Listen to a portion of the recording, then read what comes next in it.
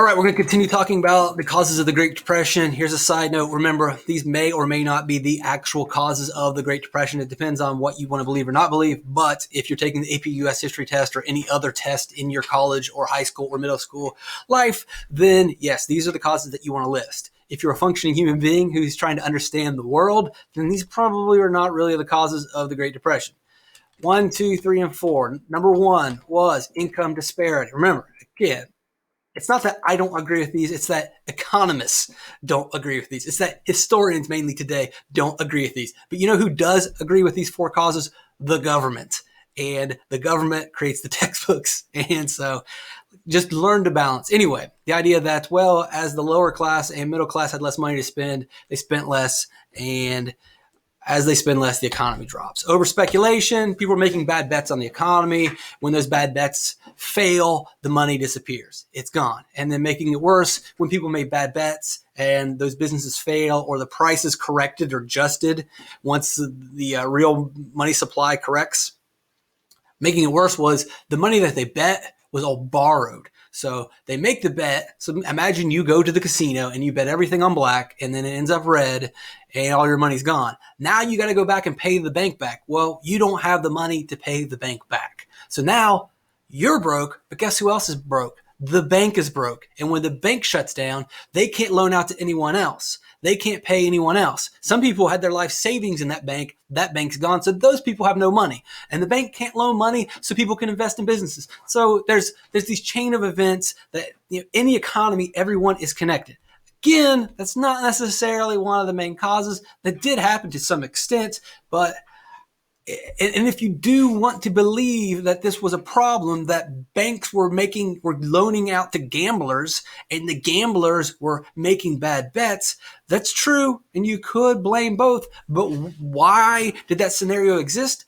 Because the government created an environment by flooding the economy with a bunch of money, by lowering interest rates and pumping a bunch of money into the economy, which shot prices way too high and created the irrational exuberance. All right, we'll talk about 3 and 4 now. What is a bank's role in the economy? So before we talk about the Depression or the New Deal, let's just get the general idea of how banks work. Bank loan money to an investor. The investor uses that money to build a factory. That factory results in hiring a bunch of workers. Now there's a bunch of people working. They can buy goods. And if they buy goods, then we create more factories. More factories mean more workers. More workers mean more spending. And the economy goes up, and it all starts with a bank. Another example is bank loans you money. You spend that money to buy a house. That means money for real estate agents. That means money for workers that are building the houses, and those people are now buying more, and the economy goes up, and the impetus or the stimulation of all this was the banks. Now, let's look in the economy during the Great Depression. What happens to the banks? The banks go under because of over-speculation, buying on the margins, income disparity ultimately will bring down the banks, other things. So when we don't have the banks, you don't have the investors. They don't build the factory. If the factory doesn't exist, there aren't any workers. If there aren't any workers, they don't buy any goods.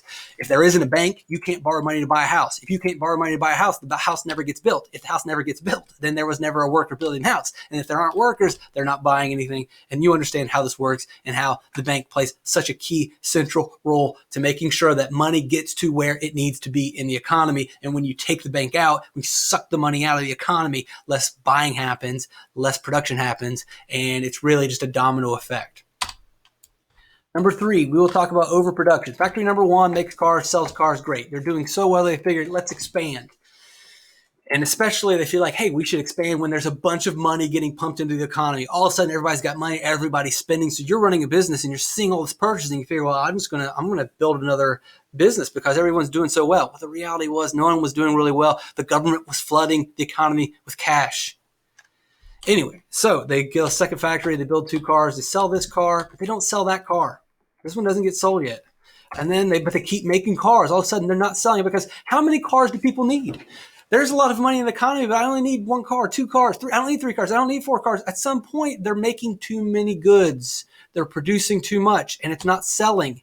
And as it stops selling, the supply is going up, right? We now have 3 cars available. Before, we only had 1 car available. In this scenario, there's 1 car in this small little economy that we've created. Now we've got 3 cars available. Supply goes up, price goes down. So even if they do sell this car, they're not selling it for as much. They're losing money. So if they're lucky enough to sell the car, they're not making the profits that they once were. And so eventually they have to shut down the factory. And when they shut down the factory, they have to fire the worker. When they have to fire the worker, he buys less. And now we've set off the chain of events that we've talked about before.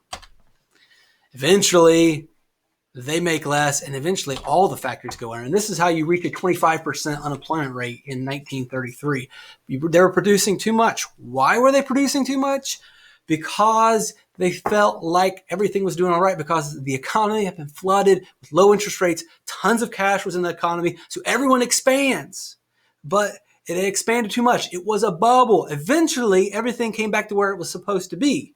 Now, for everything to contract back to where it was supposed to be, that means you got to shut down all these extra factories that you built.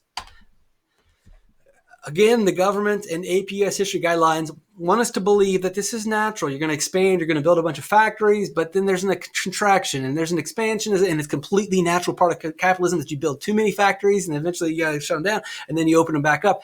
That's not really the way it's supposed to work. The reason why they expanded too much, it was not a natural reason. As we explained before, the reason that they built more factories was because the economy had been flooded with money and cash because interest rates were too low. And so they expanded. Eventually, they realized there's too much money in the economy and it contracts. It all has to do with the government manipulating the system.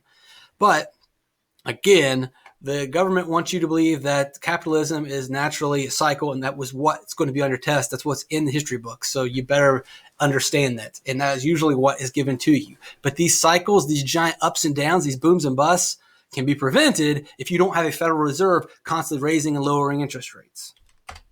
But that's not going to be on the test. What's going to be on the test is the narrative, the simple storyline of businessmen bad, government good. For you as a student, when you become an adult, then you probably don't want to believe this anymore. But the students sitting in front of me that have to take a test, you're probably best just believing business and banks are evil and that the government is your savior. That's what the tests want you to believe. So you better mark that on the answer. But the reality is this is not really what happens. Let's continue to talk about overproduction, our third cause of the Great Depression. Farmers are doing really well after World War I because most of the world had blown itself up. America was not, we went to World War I, but World War I did not happen in America. World War I happened everywhere else. A lot of the world is still developing. So America is fueling and feeding the world, and our farmers are getting rich off of it. And so we realized, let's do more of that. We're selling food to the entire world. So let's double down. Let's make even more food. Let's make even more farms. Let's invest in more machinery. Let's create more tractors. Let's just spend more money so we can make more food, so we can make more money. Borrow money from the banks to get more tractors, because if you have more tractors, you can make more food. We make more food and we can sell to everybody. Well, eventually this is going to catch up to us because the rest of the world is going to catch up to us. Eventually, the rest of the world gets back on their feet. World War I is in the rearview mirror, and Europe and Asia are now able, and South America are able to produce goods. And so they now are also competing with us. We've got U.S. farmers, we've got world farmers who are all competing on the same market.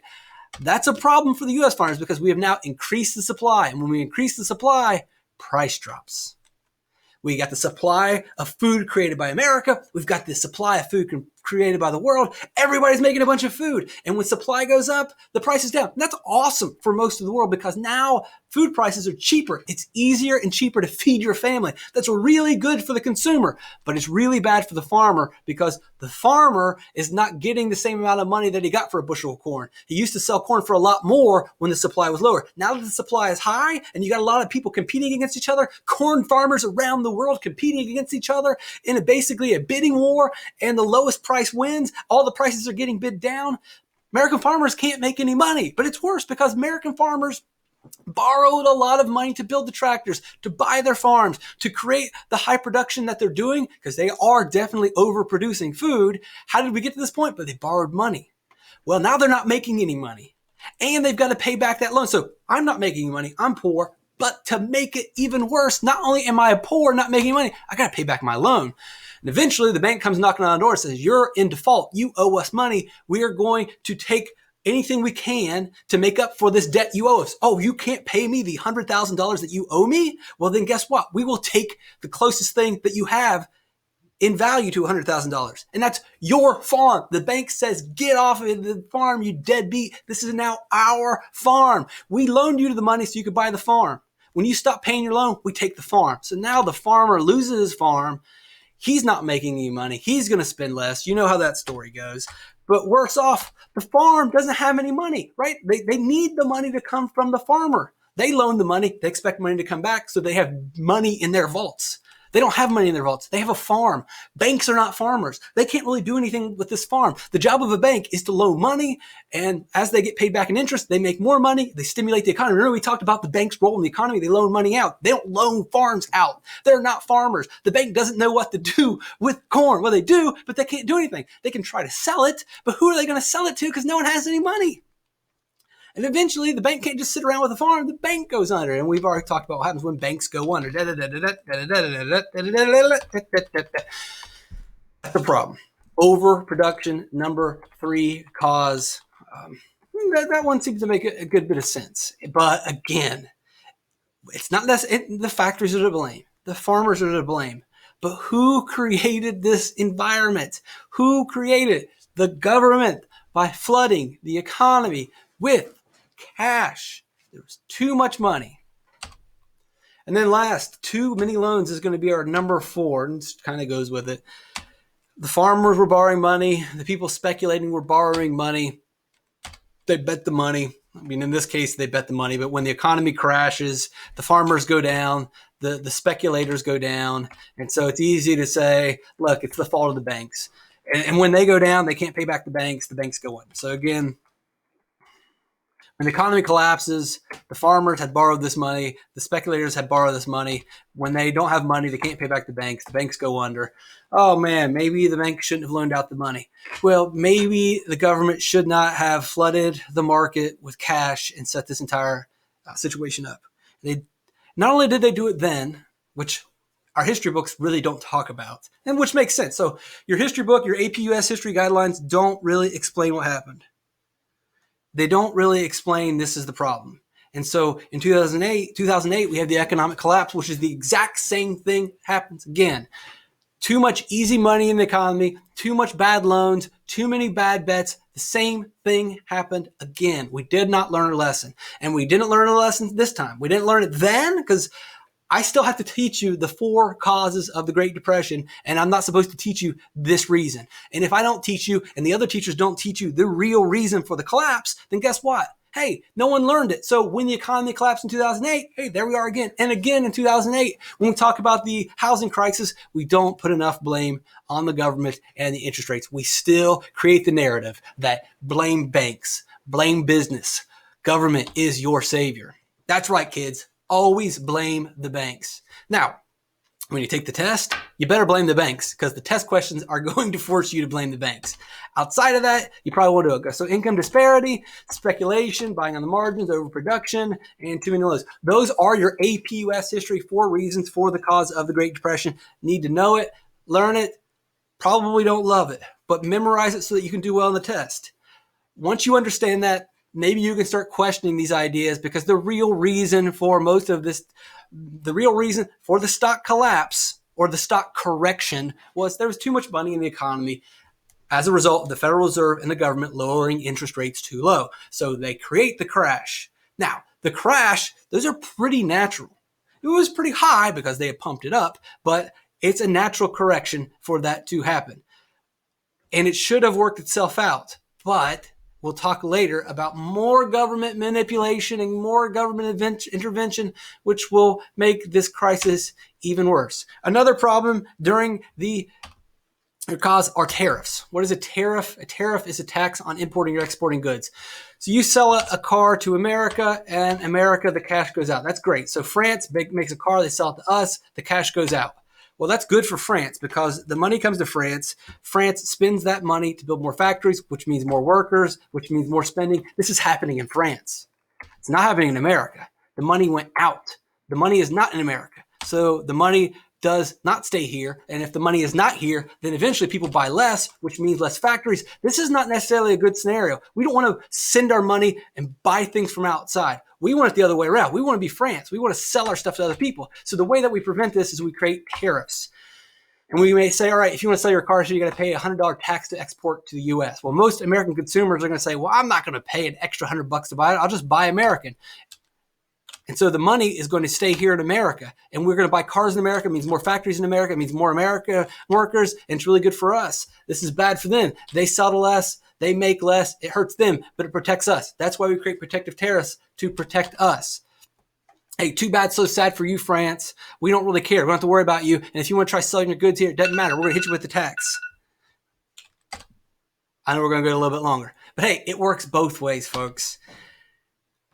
$100 tax to export to France as well. So just like we threw a tariff on them, oh, you want to sell your cars to us? Sorry, we're going to put a tax, and that tax is going to jack the price up, and so people are going to end up buying American. They don't want to pay that high price for you. Flip it around. France does the exact same to us. We want to sell our corn to France. France says, boom, you want to sell your corn over here? Well, there's going to be a $100 corn tax. And so most people in France are going to say, well, we'll just buy our corn from France. We're not going to buy the corn from America because we don't want to pay the tax. And so then we now have less people to sell to because we can't export it. So then we make less corn. And so if we're making less, we hire less workers and everything goes down. And it turns into a war. That's one of the problems when we talk about it happens today with a trade war. If we try to limit them from selling their goods here, well, then France is going to try to limit us from selling their goods, and the thing just doesn't help anybody. Yes, the tariffs are the fault of the government, but we'll make sure that the textbooks do not list them as an official cause, and they're not. So if you look at the APUS history guideline, there are the four main causes. Tariffs are not one of the four causes. They're just a side note. But at least they mention the tariffs. Hawley-Smoot Tariff is a problem. But remember, folks, the banks and the businessmen are always to blame. Government good. There's your four causes. We went a little long. My apologies to you folks.